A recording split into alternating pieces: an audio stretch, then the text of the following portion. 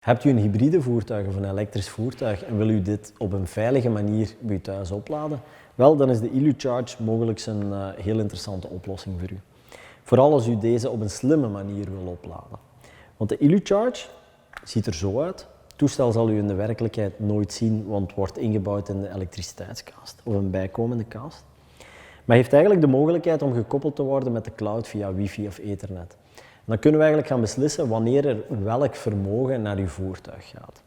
Waarom is dit interessant? Als u bijvoorbeeld een lokale productieinstallatie hebt, kunt u eigenlijk met smart charging, kan u eigenlijk ervoor kiezen, in het weekend bijvoorbeeld, om te zeggen, meestal laad ik op het werk, maar ik ga toch mijn elektrisch voertuig insteken. En wanneer ik overschot van groene stroom heb, die ik normaal aan een goedkoop tarief op het net zet, dan wil ik exact dat vermogen in mijn elektrisch voertuig steken om zo kostefficiënt mogelijk te laden. Dat kan perfect met de IluCharge. Bijkomend, de IluCharge biedt ook bepaalde veiligheden die geïntegreerd zijn in het systeem, waardoor dat een bijkomstige type B-differentieel niet noodzakelijk is. En ook, de IluCharge is ook voorzien van een energiemeting, waardoor dat u ook kan zien hoeveel kilowattuur u wanneer geladen heeft. Dat kan interessant zijn voor uw energieboekhouding.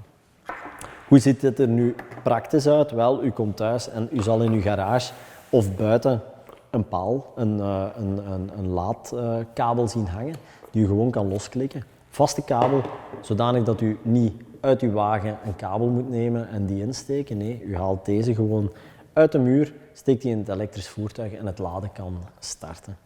Alvast veel succes en veel groene elektrische kilometers toegewenst.